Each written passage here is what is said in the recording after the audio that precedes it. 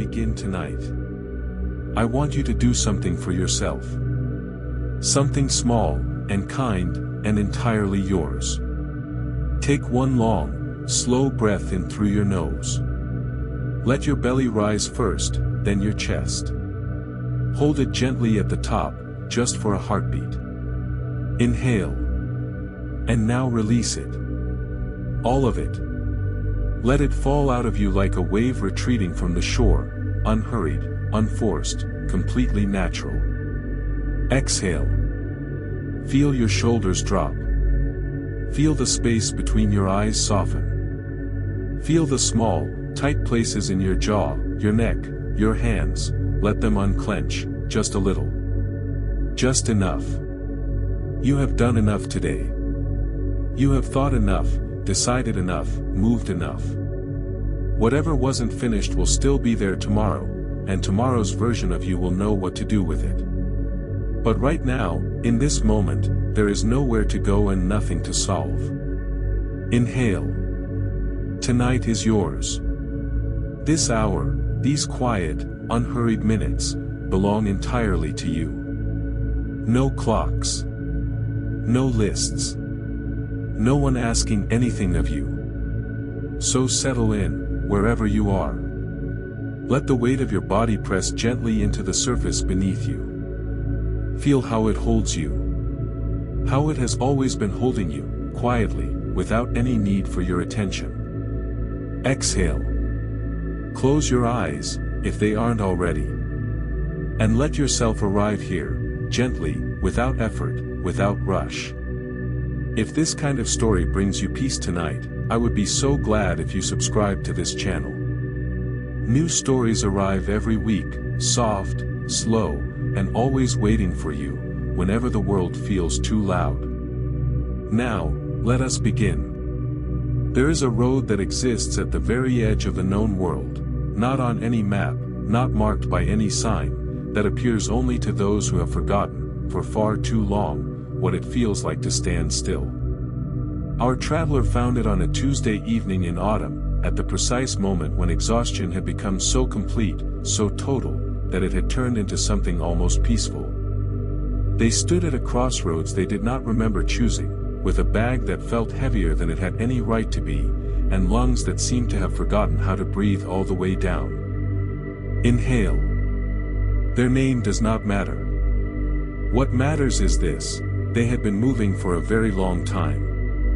Not just today, not just this week, but for years, years of alarms and appointments, of rushing from one responsibility to the next, of falling into bed at the end of each day feeling simultaneously overfull and strangely empty. They had not sat beneath a tree and watched the light change in longer than they could remember. They had not eaten a meal without also reading something, responding to something, planning something. Even in sleep, the brief, fitful sleep they managed, their mind continued its relentless inventory: what needed doing, what had been left undone, what tomorrow would demand of them. Exhale. And tonight, standing at this quiet crossroads with the last copper light of evening dissolving into indigo above the tree line, something in them simply paused. Not stopped, not yet. But paused. Like a watch that has been wound too tight and finally, mercifully, skipped a beat. To their left, the main road stretched on, straight and sensible and entirely familiar, the road that led back to everything they knew, every obligation and expectation, every fluorescent light and ringing phone. They could walk it in their sleep. They had been walking it in their sleep. Inhale. But to their right, and this is the thing they could not quite explain later, not even to themselves, to their right was a smaller path they had never noticed before. It was not dramatic. It was not glowing, or paved with moonstone, or lined with beckoning lanterns. It was simply a gentle dirt track that curved softly into a meadow, the way a sentence curves into a question, and it was bordered on both sides by tall grasses that moved in the evening wind as if they were breathing. The traveler stood there for a long time. Long enough for the first star to appear. Long enough for the road behind them to grow quiet. Long enough for something in their chest, something tired and hopeful and very, very old, to whisper, "Just this once, go the slow way." Exhale. They shifted the bag on their shoulder. They looked at the straight road. They looked at the winding path. And then, with the particular courage of someone who has nothing left to lose by resting, they stepped to the right. The grass parted gently around their ankles. The air changed, just slightly, becoming cooler, and greener, and scented with something that was almost but not quite the smell of rain on warm stone. Somewhere ahead, though they could not yet see it, something was waiting. Something without urgency. Something that had been waiting, with infinite patience, for precisely this long. Inhale. The traveler did not rush toward it. For the first time in years, they simply walked.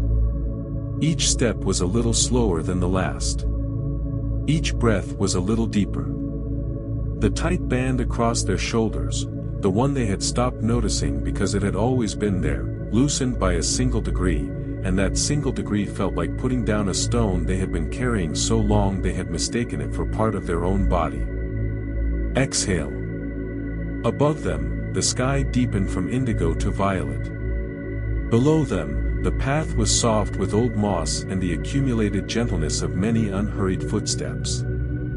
And in the traveler's chest, very quietly, something that had been clenched for a very long time began, just barely, just at the edges, to open. The meadow that unfolded before the traveler was not the kind of meadow that exists in practical, purposeful places. It was the kind of meadow that exists in the space between waking and dreaming, vast and quiet and somehow lit from within, as though the grass itself remembered the afternoon sun and was giving it back, slowly, to the darkening sky. Fireflies had begun their evening ceremony. Not dozens, hundreds. Perhaps thousands. They moved in loose, unhurried constellations just above the grass, each one blinking its small gold light in its own private rhythm, belonging to no pattern and needing none. The travelers stopped walking and simply stood among them for a moment, and the fireflies moved around them the way water moves around a stone, gently, without complaint, without redirection. Inhale. The path itself seemed to breathe. That is the only word for it. With each step the traveler took, it seemed to soften further, as though the ground understood what was needed and was offering itself accordingly. Not hard. Not demanding. Just present, and patient, and perfectly willing to be walked slowly. There were sounds, but they were the kind of sounds that deepened silence rather than interrupted. The cricket song was not a noise, it was a texture, a soft continuous vibration that seemed to originate not from any particular direction but from the very fabric of the evening itself. Somewhere, a small stream ran over smooth stones, making a sound like someone turning pages in a language made entirely of water. Exhale. The trees that lined the far edge of the meadow were old. Not ancient in a gnarled, frightening way, ancient in a settled, authoritative way, the way grandmothers are ancient, full of knowledge they have stopped needing to announce. Their roots spread wide and deep and invisible beneath the earth, holding everything in place without effort, without strain, simply because that is what roots do. As the traveler walked deeper into the meadow, the trees began to lean toward the path, not dramatically, not like something from a story meant to unsettle, but gently, the way tall people lean in when they want to be heard clearly. And in the soft movement of their leaves, in the almost language of the wind passing through their branches, the traveler heard something they had not been told in a very long time. Inhale. There is no need to hurry here. It was not a voice. It was more like the understanding that arrives just after you wake from a good dream, present and certain, without needing to explain itself. The traveler's steps slowed further. Their jaw, which they had not realized was still clenched, released. Their hands, which had been half-fisted at their sides, opened. Exhale. The evening air was layered in ways that air in busier places never managed to be. Close to the ground, it carried the green cool smell of living things, of moss and clover and the damp underside of stones. Higher up, it carried something drier and sweeter, like warm wood smoke from a very great distance, or the ghost of last summer's meadow flowers still somehow suspended in the September dark. The traveler breathed it all the way down. They could feel it reaching places in their lungs that had not been reached in a long time, the small, neglected corners where shallow breathing never quite arrived. It felt like watering a plant that had been waiting. It felt like sunlight on closed eyelids. Inhale. The fireflies continued their unhurried ceremony. The stream continued its stone and water conversation. The old trees continued their patient leaning. And the path continued to soften, and curve, and carry the traveler forward without any of them rushing, without any of them needing to. In the far distance, warm and amber and entirely unurgent, the first lights of the village began to appear. Not bright lights. Not the sharp blue-white light of screens and overhead fixtures. These were the golden lights of fires and lanterns, the kind of light that exists to be comfortable rather than to illuminate, to invite rather than to demand. Exhale. The traveler walked toward them the way you walk toward something in a dream you have been having all your life, recognizing it without ever having seen it before, moving not from urgency but from a sense of gentle, inevitable return. Above, the stars were extraordinary. Not because they were more numerous here, though they were, dozens more, in the absence of any competing light, but because there was time, now, to look at them. Time to notice that they were not static but subtly, continuously moving, rotating in their ancient patterns, indifferent to deadlines, unconcerned with speed. They had been doing this for longer than the concept of hurry had existed. They would be doing it long after the concept of hurry was forgotten. Inhale. The traveler looked up at them and felt, for the first time in longer than they could measure, genuinely small. Not small in a frightening way. Small in the way that is actually a relief, the way that reminds you that you are not required to hold everything, that the world will continue spinning without your constant management of it. They exhaled all the way. They let their shoulders drop. They kept walking. Exhale. The village announced itself through smell before sight. Long before the traveler was close enough to see its streets or its buildings, the air changed in a way that the traveler's body understood before their mind did. There was bread, baked hours ago but still present in the warmth of the night.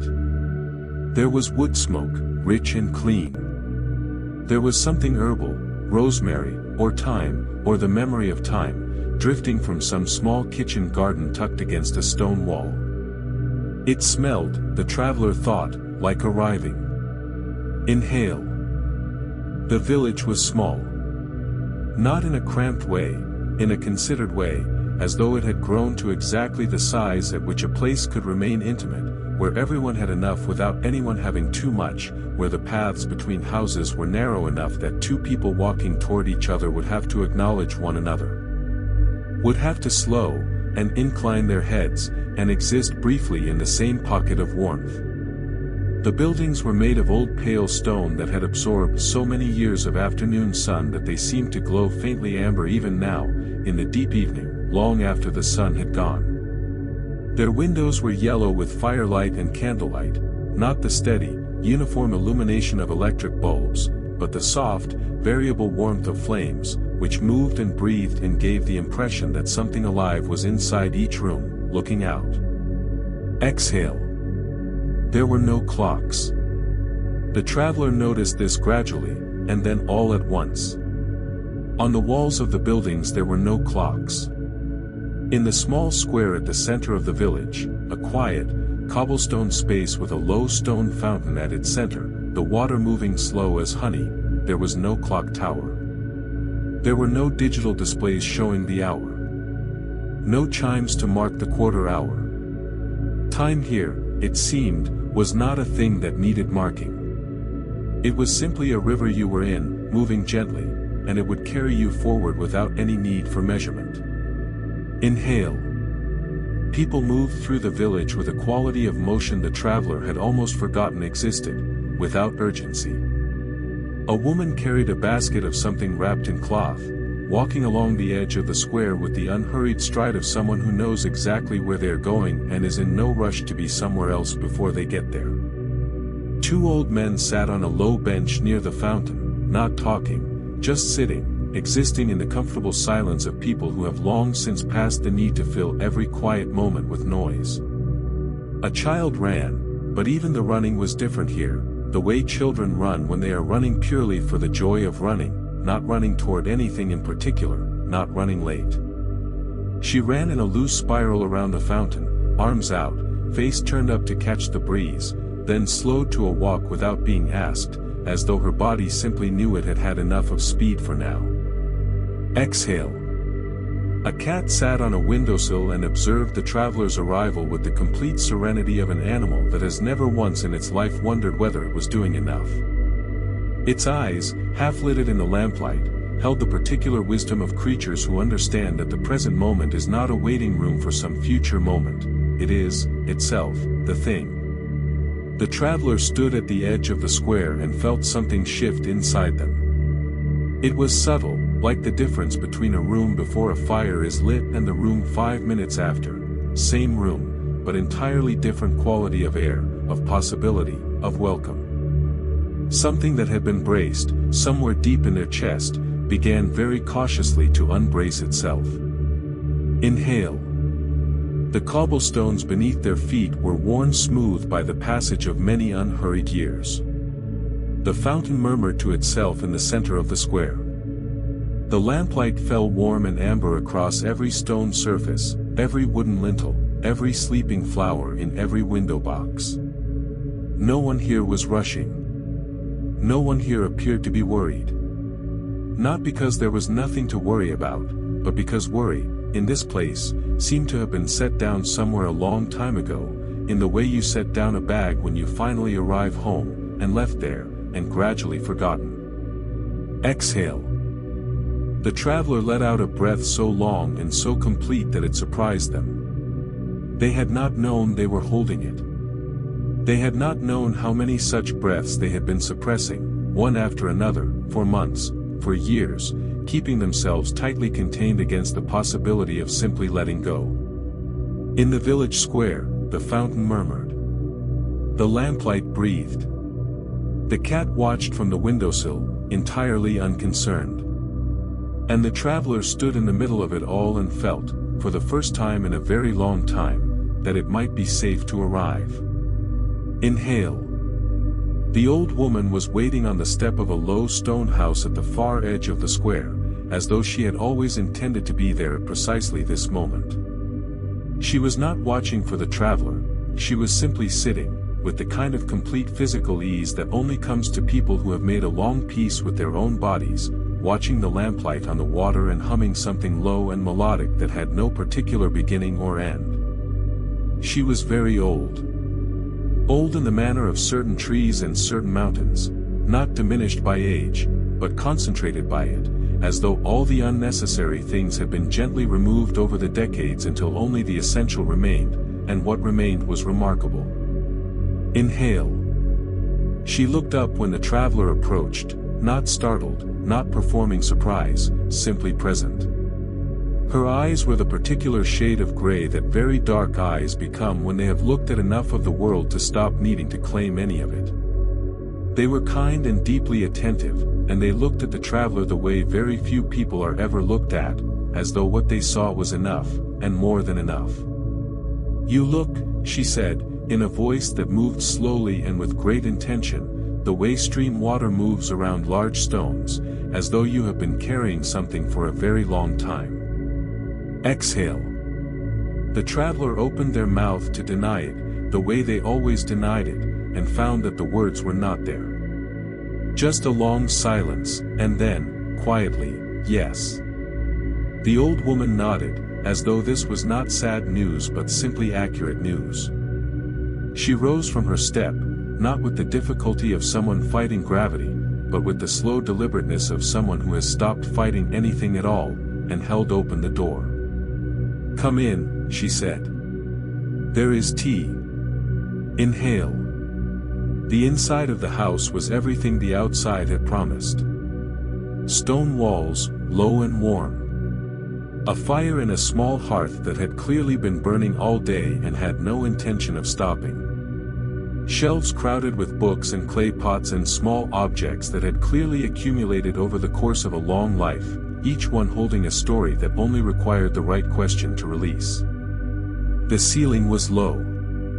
The chairs were the kind you sink into and then cannot imagine leaving. The tea was already made. It sat in a clay pot on a low wooden table, and it smelled of lavender and something warmer beneath it, old wood, perhaps, or dried chamomile, or the particular comfort of kitchens that have fed people for a very long time. The traveler wrapped their hands around the cup and felt the warmth move from their palms all the way up their arms, and for a moment they simply held it, not drinking, just receiving. Exhale. Everyone who comes here, the old woman said, folding herself into the chair across the fire with unhurried precision, comes the same way. Tired. A little lost. Moving fast even when standing still. She looked at the traveler over the rim of her cup. You have been moving fast even when standing still, yes. I don't know how else to be, the traveler said. And the honesty of it surprised them. The way things said quietly in warm kitchens to patient people have a way of being more honest than things said anywhere else. Inhale. The old woman considered this. The fire shifted. The lamplight moved across the walls. Outside, the fountain continued its slow, unconcerned murmuring. Worry, she said at last, is the mind pretending the future is already here. It invites all of tomorrow's problems into today's sitting room, pours them each a chair, and then wonders why there is no room left to breathe. She paused. The future is not here. It has not even been decided yet. Your worry is visiting a room that does not exist. Exhale. The traveler drank their tea and thought about rooms that did not exist. About all the space they had given to problems that had not yet arrived, most of which, they realized slowly, never quite arrived in the form they had been imagined. The real difficulties in their life had always been different from the feared ones. And the feared ones had consumed years. And hurry, the traveler asked. The old woman smiled, not quickly, but fully. Hurry, she said, is simply fear wearing fast shoes. It tells you that if you stop, something will be lost.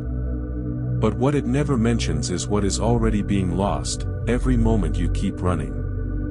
Hurry steals everything it promises to protect. Inhale. The fire crackled softly.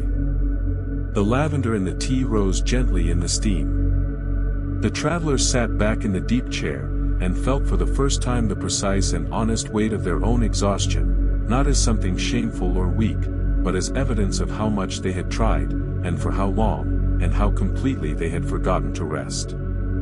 The old woman did not fill the silence. She sat with it, the way people sit with a good piece of music, not trying to improve it, just receiving it. And in that silence, something in the traveler's chest began to soften at its center, the way ice softens first at the very heart of it, where the warmth finally reaches. Exhale. They finished their tea slowly.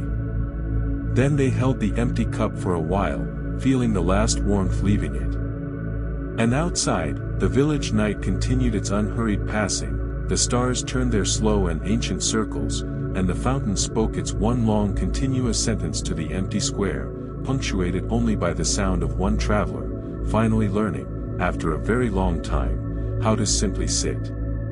Behind the old woman's house, accessible through a low wooden door set into the stone wall, a door that swung open on oiled hinges without a sound, as though even the architecture here had learned not to disturb, there was a garden. But garden is not quite the right word. Garden implies arrangement, implies intention, implies someone deciding what should grow where and tending it toward a specific outcome. What lay beyond that door was something older and more patient than a garden. It was a growing place.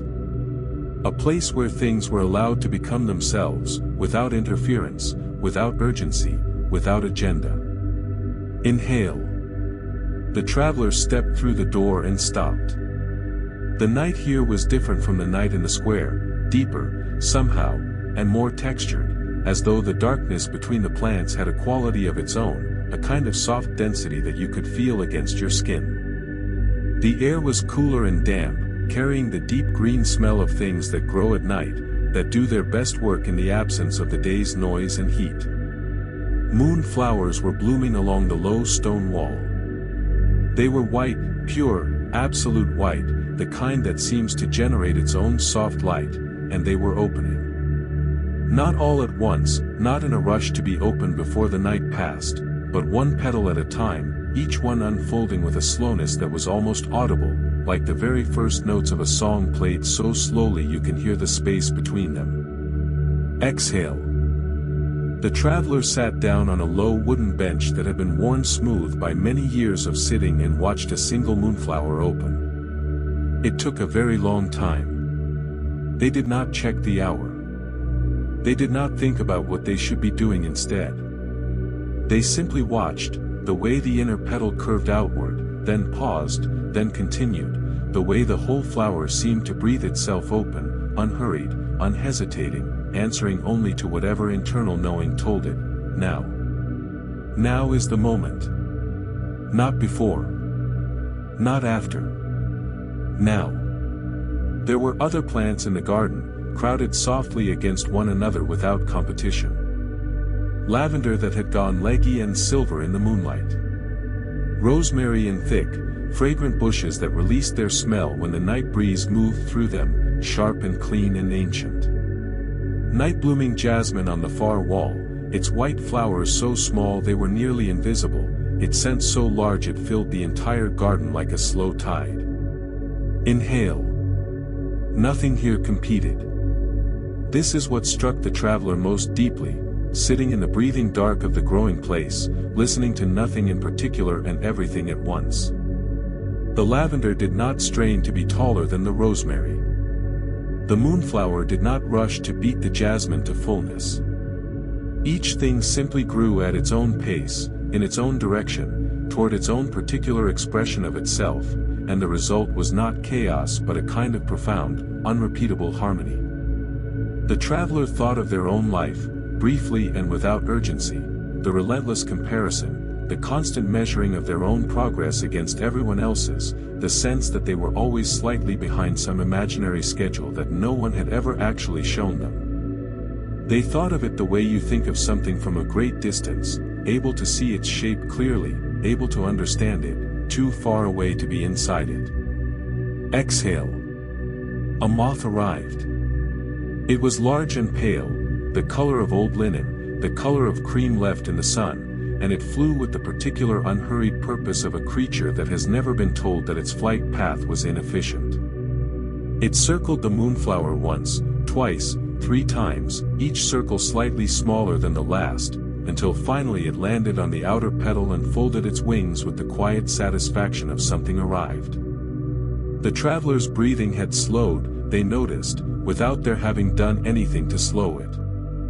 It had matched itself, gradually and without instruction, to the rhythm of the garden. In through the nose, deep and slow. Out through the mouth, complete and unhurried. The tight place in their sternum, the one they had stopped noticing because it had been there so long, was, impossibly, softer. Inhale. Somewhere in the garden, water dripped from a stone into a small basin, not the continuous running of the fountain in the square, but single drops, each one distinct, each one separated by a silence long enough that you could hear the silence as clearly as the drop. Drip. Silence. Drip. Silence. It was like a clock, but a clock that was measuring something different from time, something slower and more essential, some rhythm that underlay all the other rhythms. The traveler leaned back against the cool stone wall behind the bench and looked up. The sky above the garden was a deep and saturated blue, the color of the ocean seen from very deep within it, and the stars that were visible between the trailing branches of an old apple tree were very still and very bright, and they had been looking down at this garden, at this bench, at this small human breathing and opening, for a very long time. Exhale. Nothing moved that did not need to move. Nothing spoke that did not need to speak. The moonflower opened another petal. The moth sat perfectly still, wings folded, present. The jasmine continued its slow, enormous generosity. The rosemary moved slightly in a breath of wind and then was still again. The stars held their ancient positions. And the traveler sat among all of this and breathed and let the growing dark and the quiet and the smell of night flowers do what they have always been doing, and always will be doing, and do not need anything from us to continue doing. They simply continued, and the traveler, for once, simply let them. Inhale. The river was not far from the garden, perhaps 5 minutes' walk along a path that wound through tall silver grasses and over a small stone bridge so old its edges had been worn round by rain and decades and the hands of people long since gone who had rested there exactly as the traveler would rest now. The sound reached them before the river did, a low, constant, deeply companionable sound, the sound of water that has found its pace and sees no reason to change it, the sound of something that has been in motion for so long that motion has become its most fundamental nature, something it does not think about any more than lungs think about breathing. Exhale. The traveler settled onto the grassy bank and let the earth receive them. This is the thing about soft river banks in the middle of quiet nights, they ask nothing of you. They do not need you to perform your sitting. They do not need you to sit correctly, or efficiently, or for a specific duration. They simply offer themselves, and however you arrive, tired, tangled in thought, slightly damp at the knees from where the dew has already gathered on the grass, they receive you without judgment, with the patient indifference of terrain that has received many, many people and will receive many more, long after this particular night is memory. The river moved.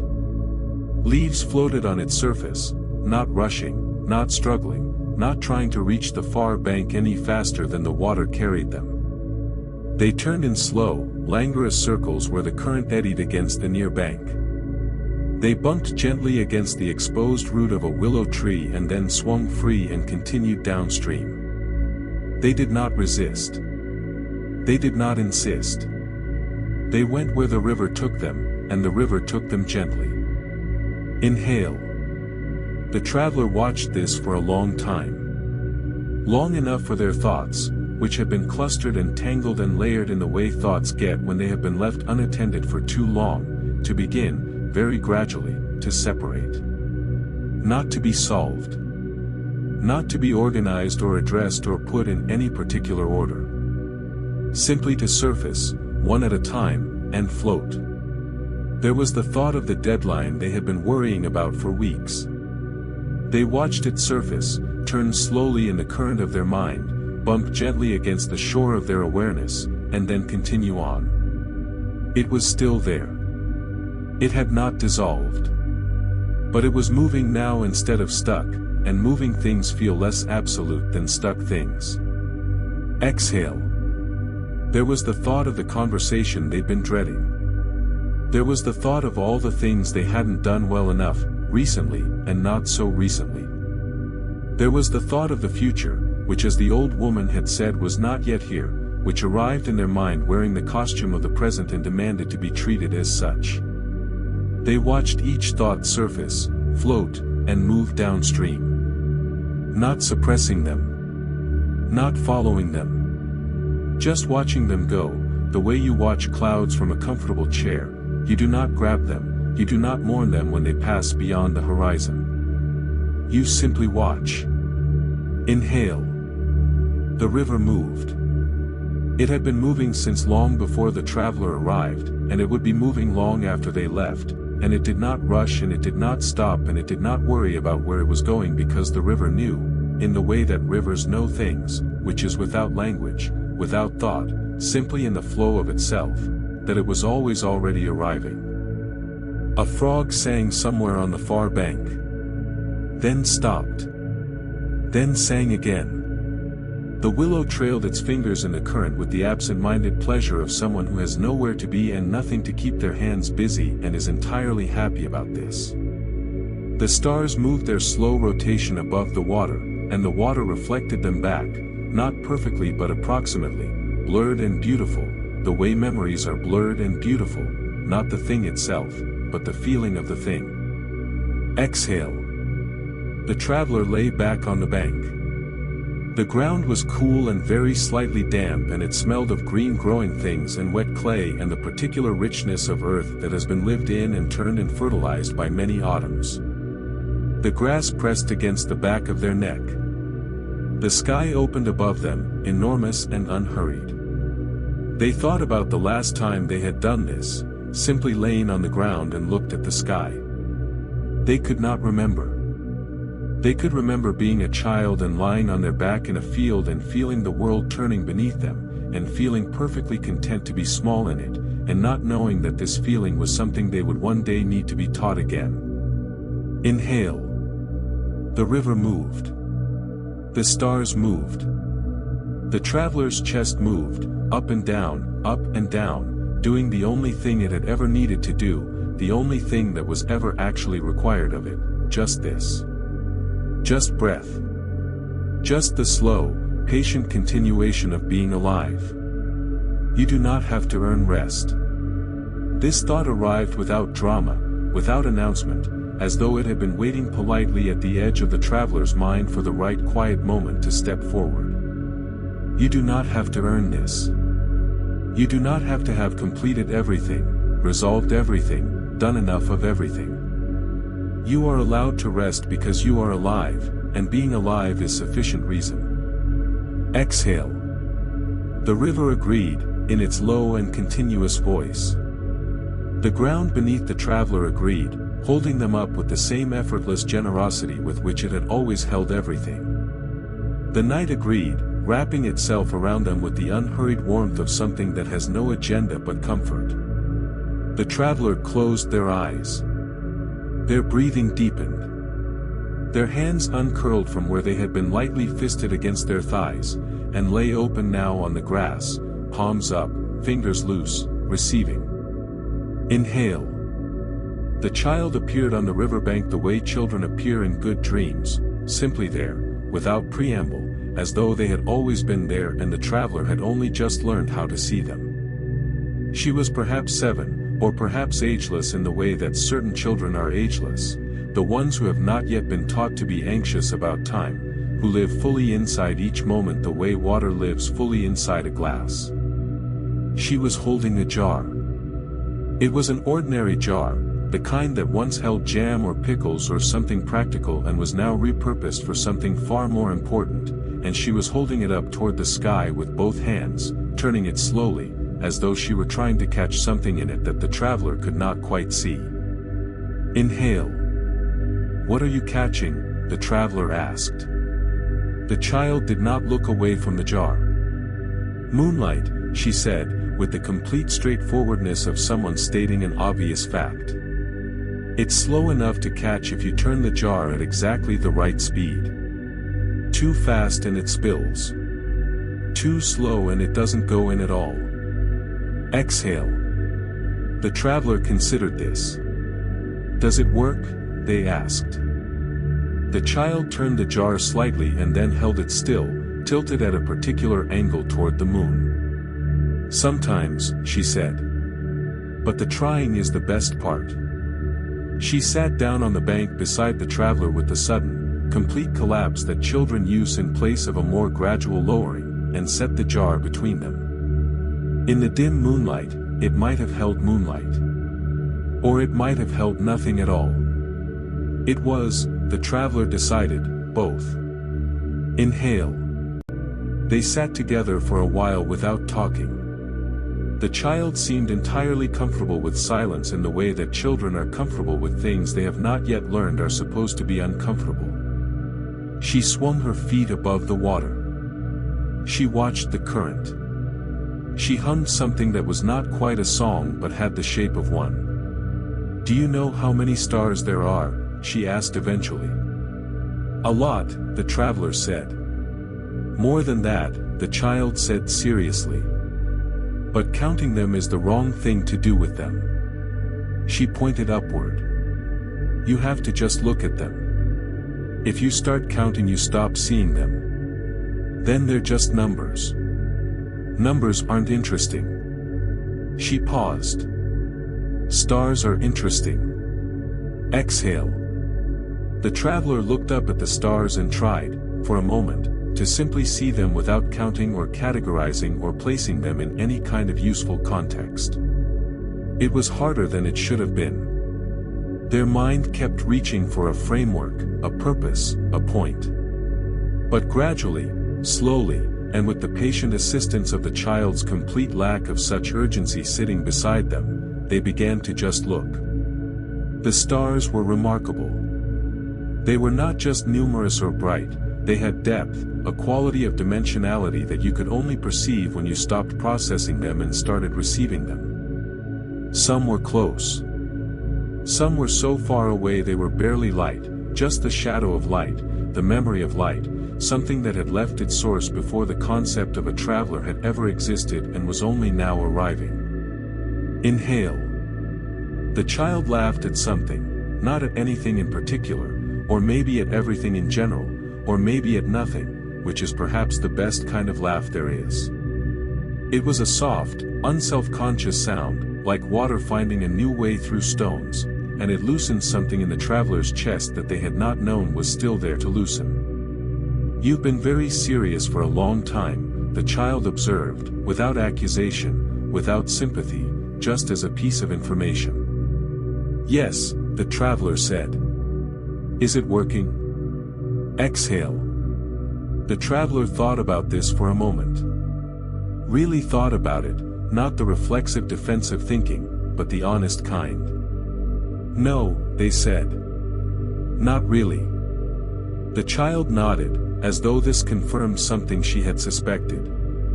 Serious is sometimes needed, she said, with the authoritative air of someone who has thought about this carefully. But not for everything. Mostly things sort themselves out. And the ones that don't sort themselves out, being serious about them doesn't sort them out either. It just makes you tired. Inhale.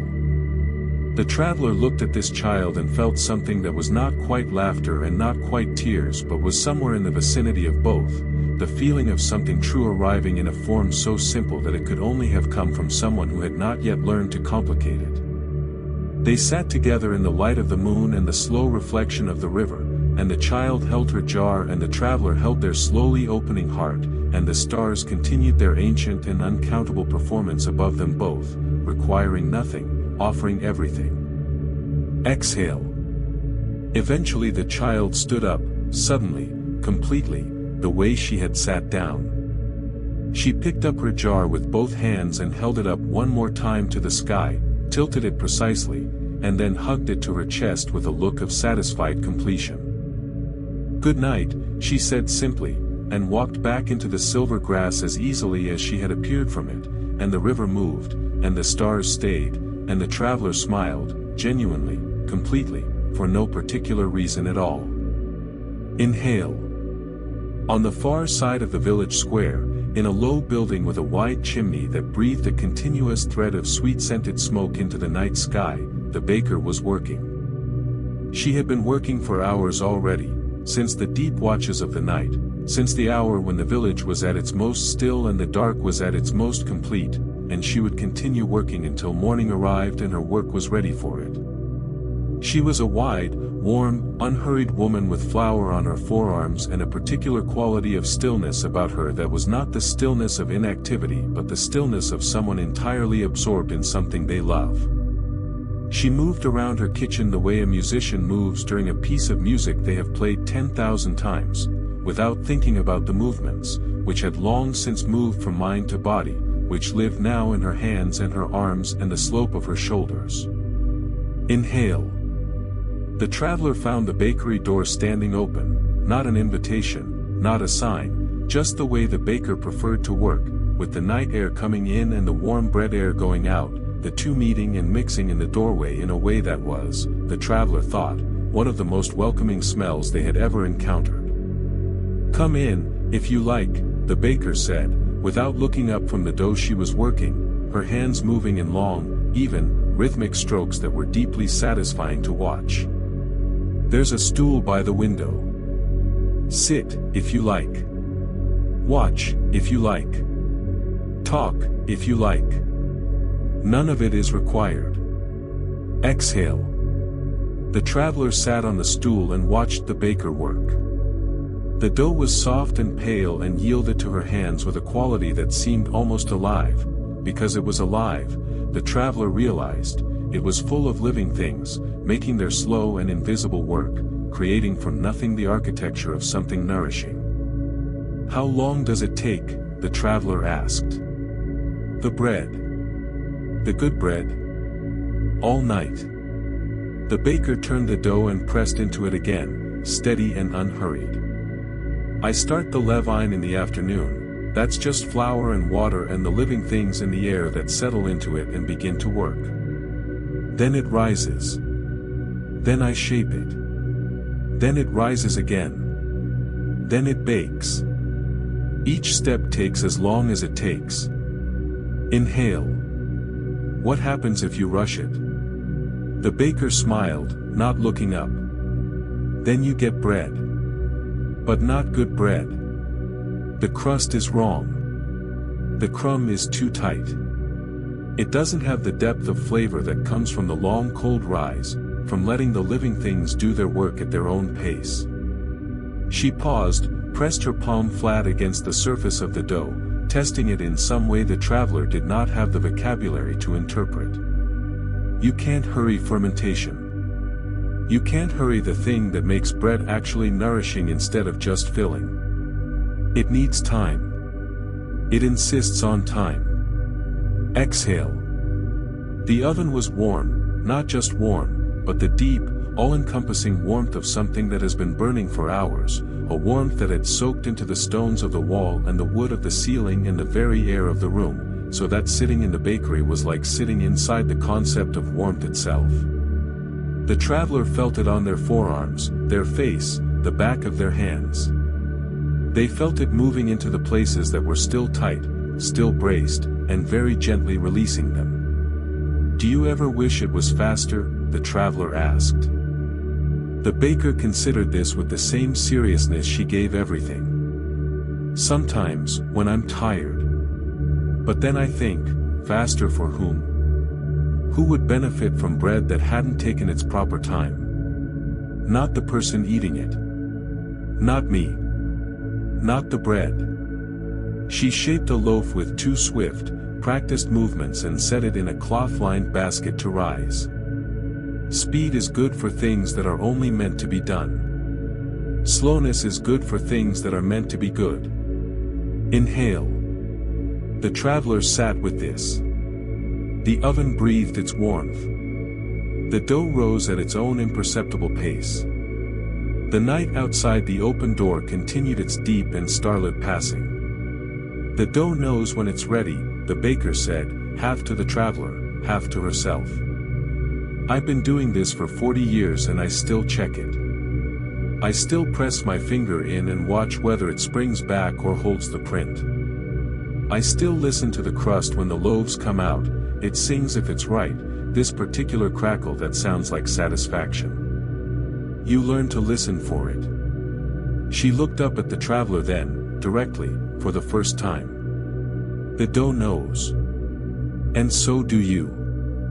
You know when you're ready for a thing. The trouble is that other people's schedules have drowned out the sound of your own knowing." Exhale. The traveler thought of all the times they had moved before they were ready, pushed by urgency, by expectation, by the terrible fear of being seen as slow. They thought of all the things they had rushed that had come out like hurried bread, technically correct but missing something essential, some depth of flavor that only time could have added. "What do I do?" the traveler asked quietly, "when I can't hear my own knowing anymore?" The baker put another loaf in the oven and closed the door. The warmth pulsed outward.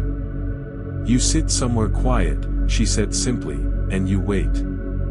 The knowing comes back. It always comes back. It's patient. It's been waiting for you to get quiet enough to hear it. She smiled, and it was the smile of someone who has seen this happen many times and believes in it completely. Like bread.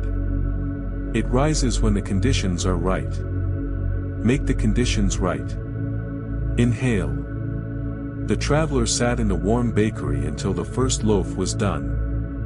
They heard it, when the baker took it from the oven and turned it in her hands, the crackle of the crust, the satisfied sound it made as the heat finished its final transformation. The baker said nothing. She didn't need to. The sound said everything. At the center of the village square, by the slow fountain, someone had begun to gather. Then 2 more. Then, quietly, several more, not with noise or ceremony, but with the gentle gathering of people who have done something together many times and need no announcement to know when it is time. They came carrying paper and small lanterns, the kind with a frame of thin bamboo and a shell of translucent paper, the kind that float when the heat beneath them is sufficient, that carry light upward into the dark when given the freedom to rise. They were every age, old and young and in between. They moved through the square with candles cupped in their palms against the night breeze, and their faces in the candlelight were soft, and gentle, and quietly expectant. Inhale. The traveler stood at the edge of the square and watched. The old woman appeared at their side. She had a way of doing this, of being present when presence was needed, without having been summoned, and handed them a small piece of paper and a pencil so worn down it was barely a pencil anymore. "What is this?" the traveler asked. "We write our worries," the old woman said simply. "The ones we've been carrying. The ones we've been turning over and over in our minds, trying to find a different ending for, trying to solve before they've even fully arrived. We write them down." She looked at the square, where people were already writing, bent over their papers with the quiet concentration of children doing something important. "And then we let them go. Not to solve them. Not to pretend they don't exist. Just to set them down for the night. Exhale." The traveler looked at the piece of paper in their hands. It was thin and slightly rough, and it had the quality of something that had been made simply and with care. They held the pencil. They thought about what to write. The worries came easily, they always came easily, they had been practicing for years. The worry about whether they had done enough, been enough, moved fast enough, achieved the right things in the right order in the right amount of time. The worry about the people they loved and whether they were tending those relationships well enough alongside everything else they were trying to tend. The worry about the future, which was vast and unresolved and full of contingencies they couldn't control. The worry, underneath all the other worries, that rest was something they hadn't earned, that stopping meant failing, that the world they'd spent their whole life trying to keep up with would simply continue without them if they dared to pause. Inhale. They wrote it all down. Not neatly. Not in order. In the slightly shaking handwriting of someone writing something true, the words crowding each other, bumping into each other, finally getting out of the small dark room they had been kept in and onto something that could hold them. Around them, others were doing the same. A man who looked like he had been carrying something in his jaw for years. A young woman who wrote quickly and then held the paper against her chest for a moment before letting it go.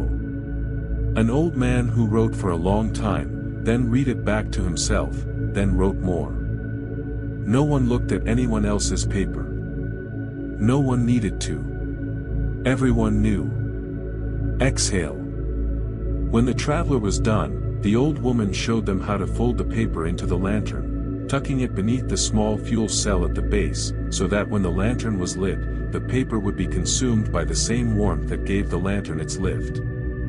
The worry would become, quite literally, the fuel for rising. The traveler held the lantern with both hands, feeling its lightness, the barely their weight of the bamboo frame and the paper shell and the tiny piece of their own particular suffering folded inside it. It was almost nothing. How strange, they thought, that something almost nothing could have felt for so long like everything. Inhale. The old woman lit the fuel cell with a long match. The traveler felt the warmth immediately, a gentle, building warmth against their palms as the heat gathered inside the lantern, filling it, giving it what it needed to rise. They felt the lantern strain upward, tugging very gently against their hands, asking to be released.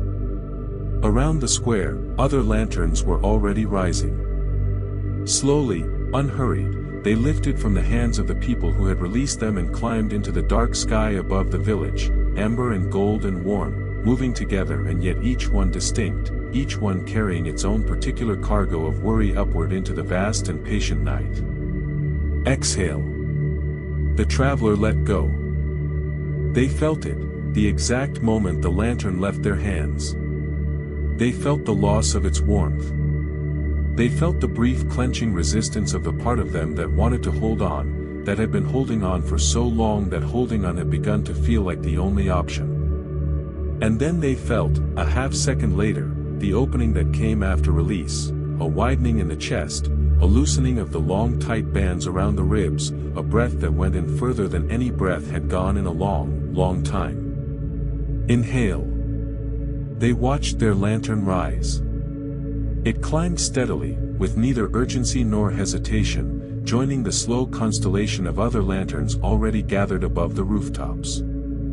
In the sky above the village, dozens of small, warm lights drifted upward in their own particular paths, carrying their invisible cargo of human worry toward the stars that had never worried about anything at all. The traveler watched until their lantern was indistinguishable from the others.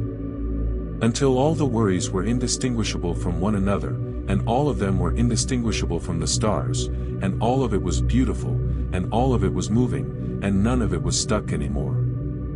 Exhale. They breathed.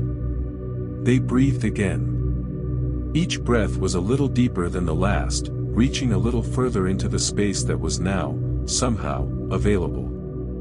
The old woman stood beside them and said nothing, which was the right thing to say, and the village around them held them gently in its lantern-lit warmth, and the night sky above them received everything they had released and held it with the same infinite patience with which it held everything else.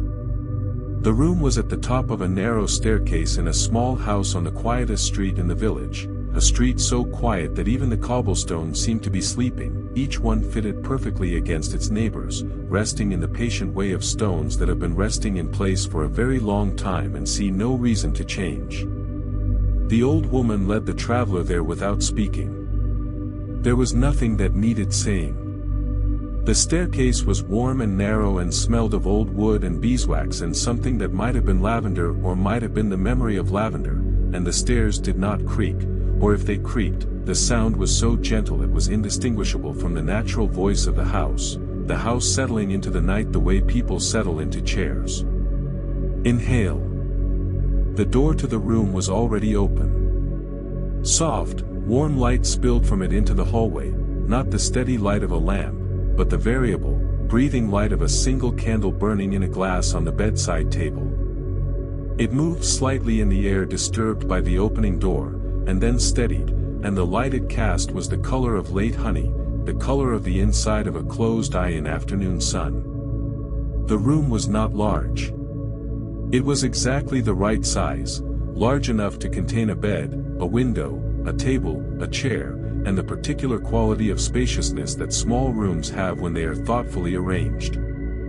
The bed was high and white and covered with linens that had the quality of things washed very many times in very clean water and dried in the open air, the kind of linens that feel like a kind gesture, like being wrapped in something that has already been worn. Exhale. The traveler sat on the edge of the bed and felt it receive them, felt the mattress compress gently, the way a good bed does, giving without surrendering, supporting without insisting. Their bones, which had been tense for so long they had forgotten the feeling of their own weight, settled downward with a relief that was almost audible. This is what their body had been waiting for. This specific pressure of horizontal surface against the full length of themselves. This permission. The window was open a few inches, and through it came the sound of rain, not a downpour, not a storm, but the kind of steady, unhurried rain that falls in the night when no one particularly expected it and everyone is quietly grateful for it. It fell on the cobblestones below with a sound like applause so slow it had become something else, something continuous and soothing, a sound the body hears and immediately interprets as, rest now. This is the sound of rest. Inhale. The candle on the bedside table burned with complete composure. Its flame did not hurry. It did not compete with the darkness around it or try to illuminate more than it was able to illuminate. It simply burned, at exactly the pace a candle burns, offering what it had to offer and nothing more, and the light it gave was enough, exactly and completely enough, to make the room feel inhabited, attended to, prepared. Because that was the thing the traveler felt, sitting on the edge of that bed in the rainy candlelit night, the room had been prepared. Not recently, not just tonight, but in some deeper sense, as though everything that had led to this moment had been arranged with care. As though rest, real rest, had always been waiting here for them, and the only thing that had kept them from it was the long journey of believing they didn't deserve to stop. Exhale. They took off their shoes. The floor was cool wood under their feet. They lay back and the pillow received their head with the particular yielding softness of a pillow that has been plumped and placed and is now doing exactly what it is supposed to do. The linen smelled of clean air and something faint and sweet, lavender again, threaded through everything in this village like a kind word repeated until believed. The rain fell. The candle breathed. The darkness in the corners of the room was not the darkness of emptiness but the darkness of fullness, the darkness that is the background of rest, the canvas that sleep requires before it can do its work. Inhale. The traveler lay still. Their arms, which had been doing things all day and all year, lay at their sides and did nothing, and the doing nothing was extraordinary, a luxury so complete they felt it as physical pleasure, the simple animal relief of muscles that are not being asked anything. Their legs, which had been walking, lay long and heavy and sank further into the mattress with each breath. Their hands, open now, palms up on the white linen, received the darkness with the openness of people who have learned, at last, that there is something to receive. Outside, the rain. Inside, the candle. The room held the traveler the way only rooms that have been prepared for someone hold them, with intention, with welcome, with the particular warmth of a space that has been saying come in, lie down, stay for a while in the only language rooms have, which is the language of warmth and softness and light. Exhale. Everything was enough. The mattress was enough. The pillow was enough. The candlelight and the rain sound and the lavender air and the great soft darkness gathering at the edges of the room, waiting patiently for the candle to do what candles do at the end of their burning. Everything is enough. You are enough. Exactly as you are, exactly here, exactly now. There is nothing to be added, nothing to be corrected, nothing to be improved before you are worthy of this rest. You are already worthy.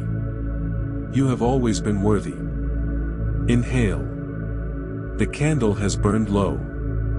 Its flame is smaller now, a quiet, composed little thing, burning without effort, without urgency, doing what it was made to do for exactly as long as it was made to do it. The light it gives is softer than before. It leans toward shadow the way the hour leans toward sleep. Exhale. The rain falls steadily outside the window. It does not rush. It does not slow. It is simply rain, doing what rain does in the deep hours of the night, falling on the old stones and the sleeping flowers and the patient rooftops of this quiet village, filling every silence with its soft and continuous word. Inhale. Your breathing is slower now. You may not have noticed, but it has changed.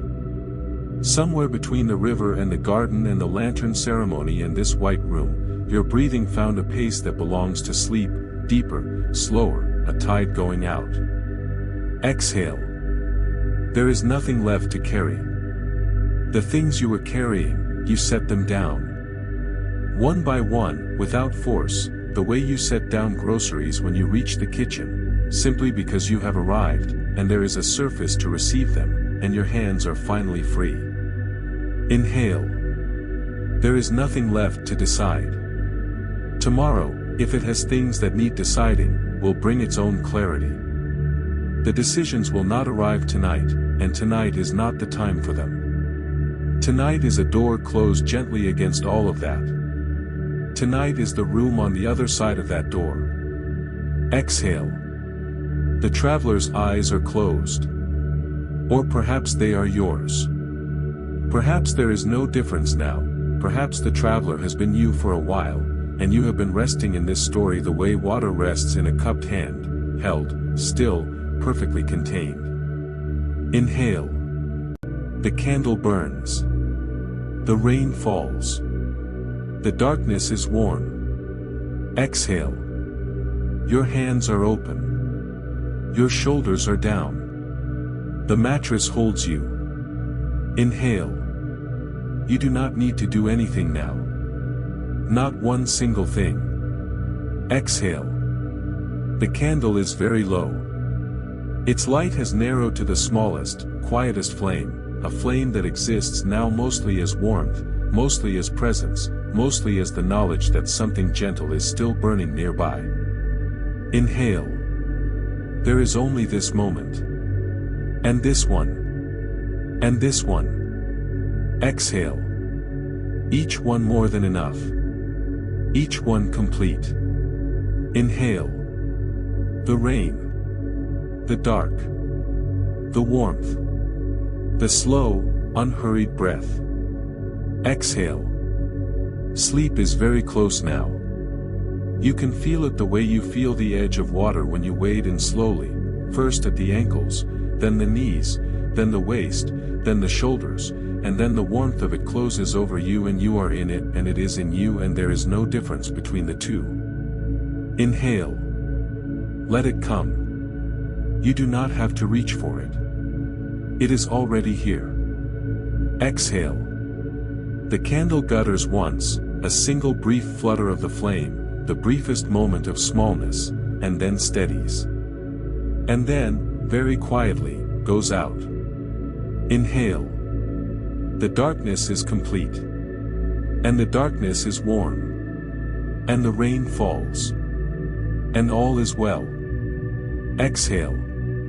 Somewhere, at the far edge of the world that exists beyond this warm room and this soft darkness and this gently continuing rain, somewhere, morning is already gathering itself. It is not here yet. It has not arrived. But it is on its way, moving toward you with the unhurried confidence of something that has never once, in all the long history of mornings, failed to arrive. You do not need to go and meet it. You do not need to turn toward it, or reach for it, or prepare for it, or think about what you will do when it gets here. Morning has been arriving for longer than people have been waiting for it, and it will arrive in its own time, at its own pace, in its own way. Inhale. Let it find you here. Rested, and soft, and whole. Let it find you in the gentle country of sleep, or at the very edge of it, that warm borderland where the body has already arrived even if the mind is still, very gently, releasing its last few handholds on the waking world. You have done enough today. You have been enough. The version of you that tomorrow will need is already here, resting, gathering the energy and clarity that only sleep can give, the particular deep restoration that is not laziness and is not avoidance but is the most fundamentally necessary thing a body can do for itself. You are not wasting time. You are making time, making the time that will allow tomorrow to be met with presence and steadiness and the quiet confidence of someone who has been cared for. Exhale. You have been cared for tonight. By the silence and the rain and the warm room. By the village that received you without condition. By the old woman's tea and the garden's patience and the river's long and wordless wisdom. By the child who reminded you that some things are too beautiful to count, only to see. By the baker who reminded you that the best things cannot be rushed, only given time to become themselves. You have been cared for. And you deserve to have been cared for. Not because you have completed enough or achieved enough or proved enough. Because you are here. Because you are alive. Because the very fact of your presence in this life, your breathing, your heartbeat, the astonishing ongoing project of your existence, is sufficient reason for gentleness. Inhale. The rain falls on. It will be falling when you wake. Or it will have stopped, quietly, sometime in the deep middle of the night, and the silence that replaces it will have its own soft quality, the particular stillness of washed air and wet stones in a world that has been cleaned while you slept. Either way, all will be well. This is not a promise about the future cannot be promised. It is a statement about now, about this moment, about the unchangeable truth that right now, in this moment, you are warm and safe and held, and that is enough. Exhale. You are safe. This is true. You are still. This is true. You are enough. This has always been true, long before tonight, and will continue to be true in every morning that comes after this one. Inhale. Let go of the day. Let go of the list. Let go of the worry that is pretending to be important at this particular hour. It will still be a worry in the morning, if it needs to be. But it does not need to be a worry now. Now is not its time. Now belongs to rest. Exhale. The traveler sleeps in the high white bed in the small warm room at the top of the narrow stair. The rain falls on the old stone roof above them. The village is entirely still. The fountain murmurs in the dark square, as it has murmured through all the other dark squares of all the other nights since anyone can remember. The stars turn their slow circles beyond the clouds. And in the growing place behind the old woman's house, the moonflowers are open now, all the way open, fully themselves, having taken as long as they needed and not one moment less. They glow in the dark with their own soft light. They do not worry about whether they open quickly enough. They do not make plans for tomorrow. Inhale. They simply glow. Simply open. Simply here, in this soft, rain-washed dark, being exactly what they are. Exhale. As you are. As you have always been. As you will be, when morning comes, gently, unhurried, in its own good time. Inhale. Good night. And so the traveler slept. And so, perhaps, do you. Exhale.